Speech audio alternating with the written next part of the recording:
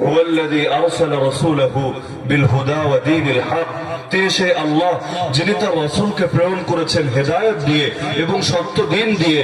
কারণ হলো লিইয়ুযহিরাহু আলা দ্বীনি কুল্লি, যেন সেই রাসূল দুনিয়াতে এসে ইসলামকে, হেদায়েতকে, দ্বীনে হককে পৃথিবীর সকল ধর্ম, পৃথিবীর সকল মতবাদ, পৃথিবীর সকল আদর্শের উপর বিজয় করে প্রতিষ্ঠা করেন। ওয়ালাউ কারিহাল কাফিরুন ওয়ালাউ কারিহাল মুশরিকুন, যদিও দুনিয়ার কাফেররা এটাকে অপছন্দ করে, দুনিয়ার মুশরিকরা এটাকে ঘৃণা করে, এমনকি যাদের ভেতরে নেফাক আছে তারাও ক্রোধে ক্রোধান্বিত হয়ে পড়ে, তারপর আল্লাহ তার রাসূলকে পাঠিয়েছেন ইসলামকে বিজয় হিসাবে সমাজের মধ্যে প্রতিষ্ঠিত করার জন্য। যার কারণে হাদিস ও রাসূল জানিয়েছেন, আল ইসলাম ইয়ালু ওয়া লা ইউলা আলাইহি, ইসলাম সর্বদা উপরে থাকবে, সমুন্নত থাকবে, বিজয়ী থাকবে। ইসলামের উপরে কখনো অন্য কোন জিনিস যাবে না, যেতে পারে না। যদি ইসলামের উপর অন্য কিছু প্রতিষ্ঠিত হয়ে যায়, সমুন্নত হয়ে যায়, বিজয় হয়ে যায়, তাহলে এই পৃথিবী আর মানুষের পৃথিবী থাকে না, এই পৃথিবী জন্তু জানোয়ারের পৃথিবীতে পরিণত হয়। যে পৃথিবীর পূর্ব থেকে পশ্চিম, উত্তর থেকে দক্ষিণ শুধু রক্ত আর রক্তের দেখা পাওয়া যায় চারিদিকে, যেই পৃথিবীতে নারী তার ইজ্জতের নিরাপত্তা পায় না, যেই পৃথিবীতে ছোট্ট একটা সন্তান নিরাপদে বেঁচে ওঠার, বড় হয়ে ওঠার, বিকশিত হওয়ার অধিকার পায় না, যে পৃথিবীতে মানুষ আল্লাহর জমিনে স্বাধীনভাবে আল্লাহর শরীয়তের কথা বলতে পারে না, যে জমিনে আল্লাহর নবীর ইজ্জত পর্যন্ত হেফাজত করা যায় না, বরং জালিমেরা কখনো আল্লাহকে গালি দেয়, কখনো রাসূলকে নিয়ে ব্যঙ্গ করে, পুরো পৃথিবীটাই কেমন যেন শূকর কুকুরের চাইতো নগণ্য জন্তু জানোয়ারের দ্বারা ভরে যায়। তো যখন পৃথিবীর মধ্যে ইসলাম জিন্দা থাকে, তখন পৃথিবীর মধ্যে শান্তি থাকে, নিরাপত্তা থাকে, ন্যায় থাকে, ইনসাফ থাকে, সাম্য থাকে।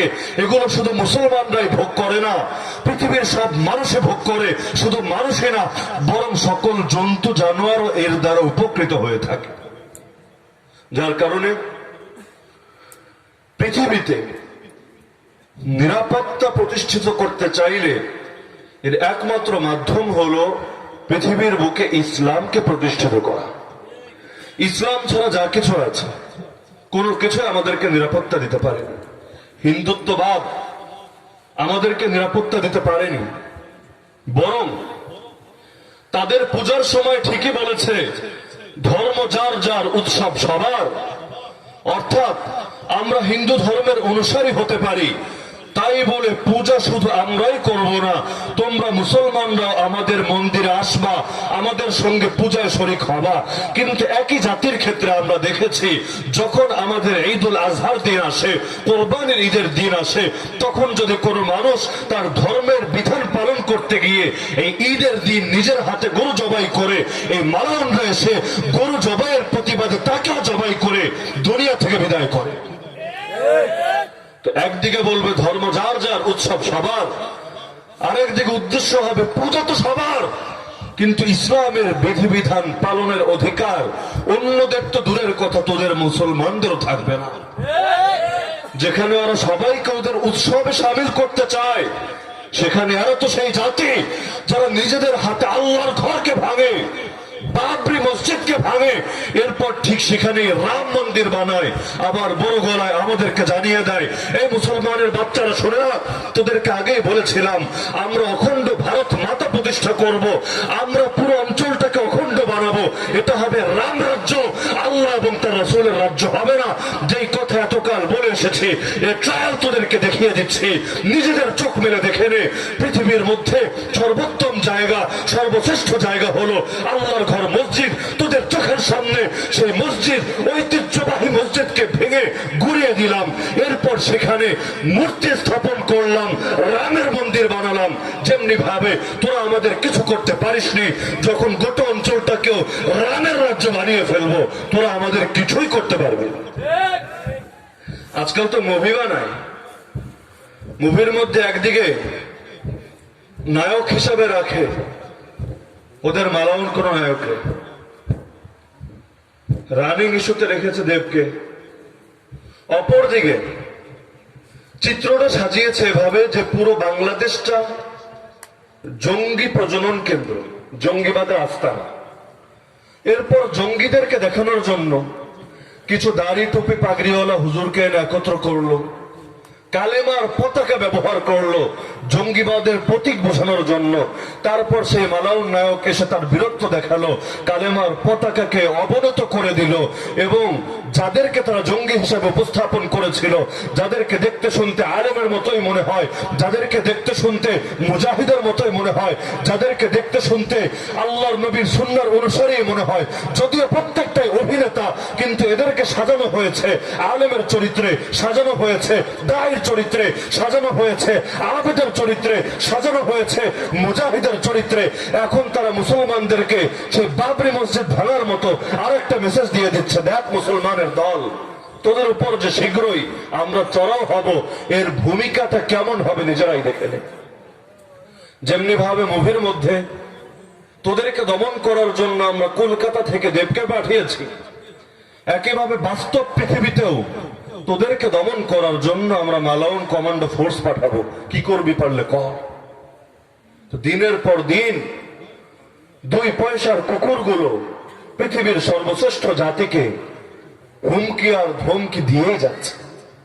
যে জাতিগুলোকে আল্লাহ কোরআনে বলেছেন উলাইকা হুম শাররুল বারিয়া, এরা হলো পৃথিবীর মধ্যে সবচাইতে নিকৃষ্ট জীব, কুকুরের চাইতেও নিকৃষ্ট, শুকুরের চাইতেও নিকৃষ্ট। কারণ এমন একটা কুত্তা নাই যে আল্লাহর খেয়ে আল্লাহর পরে আল্লাহরে মানে না, এমন একটা শুয়োর নাই যে শুয়োর আল্লাহর জমিনে থেকে আল্লাহর বিরুদ্ধে কটু মন্তব্য করে। কিন্তু পৃথিবীতে এমন বহু মানুষ আছে যারা আল্লাহকেও মানে না, রাসূলকেও মানে না, এমনকি কেউ যদি আল্লাহ এবং তার রাসূলের কথা বলে, এরা কথায় কথায় কখনো তাদের ঘাড় মটকে দেওয়ার হুমকি দেয়, কখনো আঙ্গুল ভেঙে দেওয়ার হুমকি দেয়, কখনো দেশ থেকে তাড়িয়ে পাকিস্তান চলে যেতে পারে। তো যদি পৃথিবীর মধ্যে ইসলাম জিন্দা থাকে, শুধু মুসলমান না হিন্দুরাও নিরাপত্তার মধ্যে থাকে, কিন্তু পৃথিবীতে যদি হিন্দুত্ববাদ প্রতিষ্ঠিত থাকে, মুসলমানের কপালে নিরাপদে দিন কাটানোর তৌফিক জোটে না। এখনো সুখে আছি তো, সেই কথাগুলো বুঝতে কষ্ট হয়। যারা বোঝাতে আসে তাদেরকে দুশমন মনে হয়, চিন্তার মধ্যে আসে কত শান্তির কথা আছে, এগুলো বাদ দিয়ে আমাদেরকে অশান্তির কথা যেন শোনায়, বুকের ভেতর কষ্ট লাগে। আর এরকম কষ্ট এক সময় কাশ্মীরের লোকদেরও লেগেছিল, দিল্লির মুসলমানদেরও লেগেছিল, আসামের মুসলমানদেরও লেগেছিল।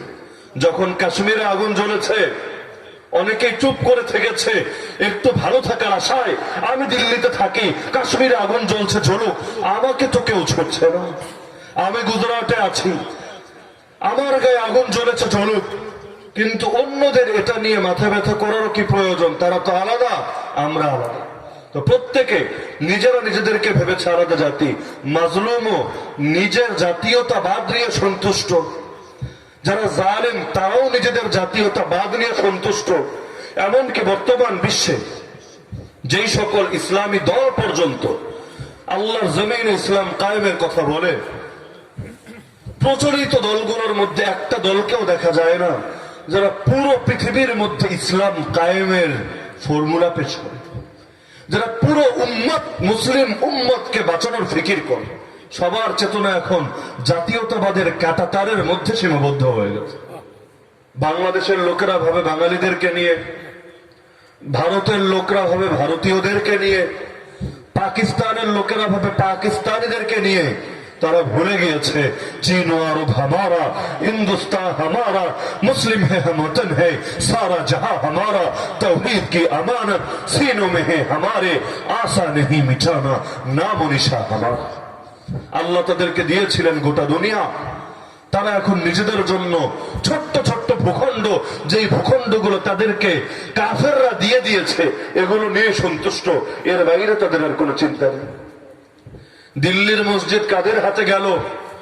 কুতুব মিনারের উপর কে আধিপত্য প্রতিষ্ঠা করলো? বাবরি মসজিদকে ঘুরিয়ে দিল। সিরিয়া ইয়ামানের মধ্যে প্রতিদিন কত শত মসজিদ কারো শহীদ করলো? মুসলমানদের প্রথম কেবলা মসজিদ আকসা কারো দখল করে রাখলো? এমনকি মুসলমানদের বর্তমান কেবলা সেই মক্কা, সেই মদিনার পবিত্র ভূমিগুলো পর্যন্ত এখন কারো নিজেদের আধিপত্যের মধ্যে দিল, এগুলো নিয়ে মুসলমানের ভাবার সময় নাই। প্রত্যেকে আছে ইয়া নফসি ইয়া নফসি।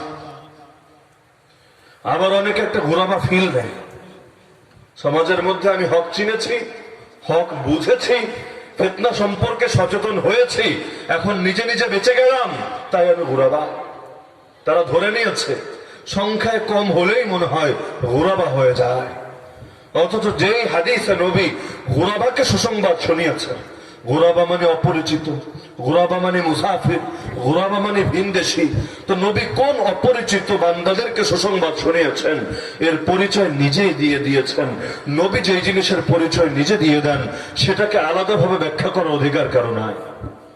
নবী বলেন ইন্নাল ইসলাম বাদা গারিবা ওয়া সায়াউদু কামা বাদা। নিশ্চয় ইসলাম যখন সূচনা হয়েছে সে সময় ইসলাম সমাজে অপরিচিত ছিল, বাতিল ছিল মূলধারা, ইসলাম ছিল বিচ্ছিন্ন ধারা। যারা ইসলাম মানত এদেরকে বলা হতো বিচ্ছিন্নতাবাদী, যারা ইসলাম মানত এদেরকে বলা হতো উগ্রবাদী, যারা ইসলাম মানত এদেরকে বলা হতো সাম্প্রদায়িক। আর যারা কাফের ছিল তারা মুশরিক হোক, নাস্তিক হোক, মুনাফিক হোক, ইহুদি হোক, খ্রিস্টান হোক, অগ্নিপূজক হোক, সাবাই হোক, তারা সকলে ছিল অসাম্প্রদায়িক। কারণ সকলের সম্মিলিত পরিচয় কাফের, অপরদিকে মুসলমানের একটাই পরিচয়, তারা আলাদা জাতীয়তায় বিশ্বাসী, যে জাতীয়তার নাম ইসলাম, যে জাতীয়তার ভিত্তি ঈমান। যারা নিজেদেরকে বলে আমরা মুসলিম, আমরা আলাদা, তোমরা আলাদা, লাকুম দীনুকুম ওয়ালিয়া দীন, তোমাদের ধর্ম থাকবে তোমাদের, আমাদের ধর্ম থাকবে আমাদের, দুটো মিশে কখনো জগা খিচুড়ি হবে। তো নবী বলেন শীঘ্রই এমন একটা সময় আসবে যখন ইসলাম সেই পূর্বের মতো অপরিচিত হয়ে যাবে, যেমনটা আমাদের সমাজে হয়েছে। ইসলামের বহু বিধান এত বেশি অপরিচিত, এগুলোর আলোচনা শুনলেও মানুষ আজকাল বিরক্তি বোধ করে।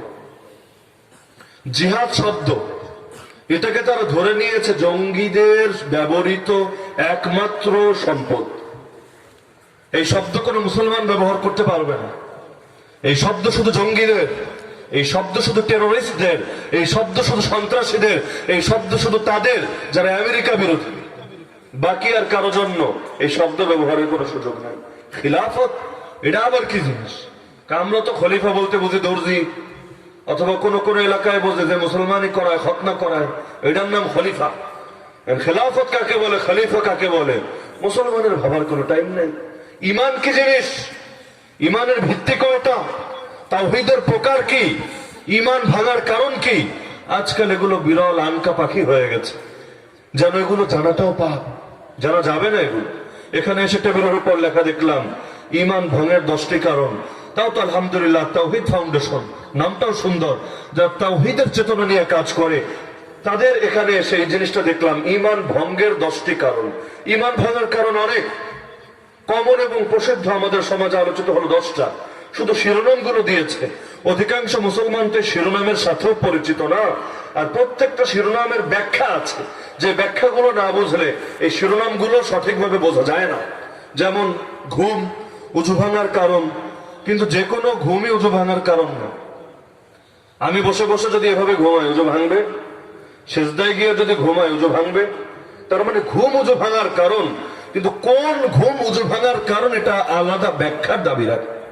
জাদু ঈমান ভঙ্গের কারণ, কাফেরদেরকে মুসলমানদের বিরুদ্ধে সাহায্য করা ঈমান ভঙ্গের কারণ, কিন্তু প্রত্যেকটার ব্যাখ্যা আছে, প্রয়োগ ক্ষেত্র আছে, শর্ত আছে, রোকন আছে। এগুলো না বুঝলে শিরোনামটাই শুধু শিরোনামের জায়গায় থাকবে, এটাকে আর প্রয়োগ করা যাবে না। হয়তো মোটেও প্রয়োগ করবে না, অথবা গণহারে প্রয়োগ করে খারেজি হয়ে যাবে। তো সবগুলো আলোচনার দাবি রাখে, কিন্তু আলোচনা বলাও হয় না, শোনাও হয় না। আমরা বলতে রাজি না, পাবলিক শুনতে রাজি না।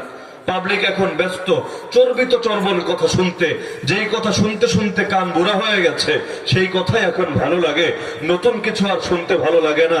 কারণ মনের মধ্যে তো একটা ফিল আছে, আমরা তো খুব সুখে আছি, খুব শান্তিতে আছি, সারা দুনিয়া আগুন জ্বলুক আমাদের কি, আমরা তো ভালো আছি।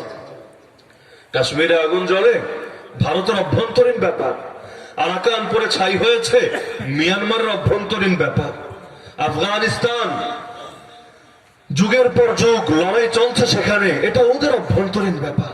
এভাবে এক এক দলকে ভাগ করে দিয়ে রেখেছি। এমনকি মসজিদে আকসা আমাদের প্রথম কিবলা, এটা নিয়ে ভাবার কি দরকার? এটা তো ফিলিস্তিন, প্যালেস্টাইন অথবা ইসরায়েল জারজ রাষ্ট্রের অভ্যন্তরীণ ব্যাপার। অথবা মুসলমানদের প্রথম কিবলা আল্লাহর নবীর রওজা, এগুলো নিয়ে ভাবারই বা কি দরকার? এগুলো তো সৌদি আরবের অভ্যন্তরীণ ব্যাপার। কুখ্যাত MBS আছে এগুলো নিয়ে ভাবার জন্য। তো নিজের মধ্যে খুব ভালো লাগা কাজ করে। আল্লাহ না করুক যেদিন আমাদের বুকেও লাথি পড়বে, গোটা পৃথিবী বলবে ও বাঙালির দল মর তোরা, এটা তোদের বাংলাদেশের অভ্যন্তরীণ ব্যাপার। আমি অন্যের দুঃখে কাঁদিনি, আমার দুঃখে কে কাঁদবে? যখন কাশ্মীরে আগুন জ্বলেছে, ভারতের অনেক মুসলমানরাও প্রতিবাদে সরব হয়নি, বরং মাজলুম উম্মাকে উদ্ধার করার জন্য ফরজ জিহাদে ঝাঁপিয়ে পড়েনি, একটু ভালো থাকার আশায়। কিন্তু কয়েকটা মাসের ব্যবধানে তাদের ঘরেও আগুন জ্বলেছে। আসামের মুসলমানদেরকে হুমকি দেওয়া হয়েছে, তোদেরকে লাঠি মেরে ভারত থেকে বের করে দেব, তোরা বাংলাদেশে চলে যা। মুসলমান মানেই তারা ভারতের নাগরিক না, এরা বাইরে থেকে এসেছে, ভারতে থাকার কোনো অধিকারই তোদের নেই। তো হাদিসের মধ্যে এটা আছে, কোন মুসলমান যখন অন্য মুসলমানের সাহায্য ছেড়ে দেয়, এমন সময় যে সময় তার সাহায্যের বড় প্রয়োজন, তাহলে যেদিন সে সাহায্যের জন্য নিজে আল্লাহর কাছে হাহাকার করবে, সেদিন আল্লাহ তারেও সাহায্য করবেন। গোটা পৃথিবীতে আমরা মায়ের খাই অনেক কারণ, একটা কারণ এটাও, মাজলুমের দুঃখে আমি তার পাশে দাঁড়াইনি। আজকে আমি মাজলুম, আমার দুঃখেও কেউ আমার পাশে দাঁড়ায় না। একই চিত্র ঘুরে ঘুরে সবার ভাগ্যে আসে, কিন্তু জাতীয়তাবাদের কুফর এসে উম্মাহকে হাজারো ভাগে বিভক্ত করে দিয়েছে। এখন প্রত্যেকে নিজস্ব আলাদা জাতীয়তা নিয়ে সন্তুষ্ট, ইসলামী জাতীয়তার ফিকিরের কারণে। অন্যথায় ইসলাম দুনিয়াতে এসেছিল বিজয়ী থাকার জন্য, এটা তো কোরআনের আয়াত। জাল বলার সুযোগ নাই, জাইব বলার সুযোগ নাই, কোরআনে যা আছে এটাই চূড়ান্ত। এই যে আজকে সারা দুনিয়া ইসলাম বিজয়ী নাই, ইসলাম বিজয়ী আছে? আরে আছে নাকি সারা দুনিয়া? আজকে কোথায় আমেরিকা বিজয়ী, ওদের আধিপত্য, কোথাও ভারত বিজয়ী, ওদের আধিপত্য, কোথাও প্রত্যক্ষ ভাবে ওরা শাসন করে, কোথাও পরোক্ষ ভাবে ওরা শাসন করে, ওদের বাইরে গিয়ে কেউ কিছুই করতে পারে। এই যে সারা দুনিয়ার চিত্র, এটা কি ইসলামের বিজয়ের প্রমাণ না পরাজয়ের প্রমাণ? এই যে সারা দুনিয়ায় ইসলামটা পরাজিত ভেবেছেন, আপনার কোনো গুনাহ হচ্ছে না, তাই না? ব্যক্তিগত আমল করে ডাইরেক্ট এক লাফে জান্নাতে যাবেন, কোনো গুনাহ নয় আপনার। অথচ সব মাযহাবের স্বীকৃত মাসআলা মাত্র 3 দিন, এক খলিফা মৃত্যুর পর অথবা তার পতনের পর সর্বোচ্চ 3 দিন পর্যন্ত বিলম্ব করার অবকাশ আছে। 3 দিনের মধ্যে যদি নতুন খলিফা, নতুন আমির, মুসলমানদের নতুন নেতা, যেই নেতা মাজলুমের পাশে দাঁড়াবে, যেই নেতা ইসলামের প্রতিটা বিধান কায়েম করবে, যেই নেতা সারা দুনিয়ায় ইনসাফ প্রতিষ্ঠা করবে, যেই নেতা ইসলাম এবং মুসলিম উম্মার বিরুদ্ধে যারাই চক্রান্ত করে তাদের রক্ত চক্ষুকে উপড়ে দেবে, যেই নেতা মুসলিম উম্মার মধ্যে ঐক্য ধরে রাখবে, যেই নেতা মুসলিম উম্মাহকে কখনো হাজারো দলে বিভক্ত হতে দেবে না, যেই নেতা মুসলিম উম্মাহকে ভিন্ন ভিন্ন পতাকা ব্যবহার করে আলাদা জাতীয়তার শিরোনাম ধারণ করার অধিকার দেবে না, এমন নেতা যদি 3 দিনের মধ্যে নতুন করে প্রতিষ্ঠা না করা হয়, চতুর্থ দিন গোটা উম্মত ফরজ তরাক করার কারণে কবিরা গুনাহকারী হারামি সাব্যস্ত হয়। কিসের 3 দিন? পার হয়ে গেছে 100টা বছর। হিজরি হিসাব করলে, খ্রিস্টাব্দ হিসাব করলে 96 বছর শেষ, 97 বছরে পা রাখলাম। সারা দুনিয়ায় কোনো মুসলমানদের নেতা নাই, আছে? সকল মুসলিম উম্মার একক নেতা আছে, যাকে আমরা বলবো ওমরের মতো আমিরুল মুমিনিন, যাকে আমরা বলবো খলিফাতুল মুসলিমিন, যিনি হবেন আমাদের ইমাম, মসজিদের ইমাম ছোট ইমাম, খলিফা যিনি তিনি বড় ইমাম। আসল ইমাম যে, সেই ইমামে দুনিয়ার মধ্যে নাই, মুসলমানদের নেতা নাই সারা দুনিয়ার মধ্যে। মুসলমানদের কি সকরুণ অবস্থা, এরপরও আমাদের ঘুম ভাঙে না, ভাবছি খুব সুখে আছে। কোন সুখ পেয়েছি আমরা? না জন্মের পর কোনোদিন শাসন ব্যবস্থা ইসলাম দেখেছি, না বিচার ব্যবস্থা ইসলাম দেখেছি, না রাষ্ট্রনীতিতে ইসলাম দেখেছি, না পররাষ্ট্রনীতিতে ইসলাম দেখেছি, না সামাজিক ব্যবস্থার মধ্যে ইসলাম দেখেছি, না শিক্ষা ব্যবস্থার মধ্যে ইসলাম পেয়েছি। কিসের সুখে? তো আমাদের জন্মের পর থেকে দেখে আসছি আজকে অমুক জায়গায় আল্লাহর নবীকে গালি দেওয়া হয়, কালকে অমুক দিন ইসলামের এই বিধান নিয়ে তুচ্ছতাচ্ছিল্য করা হয়, পরশু আর একদিন উম্মতের শ্রেষ্ঠ সন্তান আলিম এবং তালিবুল ইলমদেরকে কটাক্ষ করা হয়। তারপর কিসের এত সুখ আমাদের? দুনিয়ার মধ্যে ইসলাম পরাজিত, ব্যক্তিগতভাবে আমরা বিজয়ী হতে পারি, ব্যবসায়িক লাইনে বিজয়ী, রাজনৈতিক লাইনে বিজয়ী, সামাজিক ক্ষেত্রে বিজয়ী, কিন্তু ইসলাম তো বিজয়ী না। আমি বিজয়ী হওয়ার দ্বারা কি ফায়দা?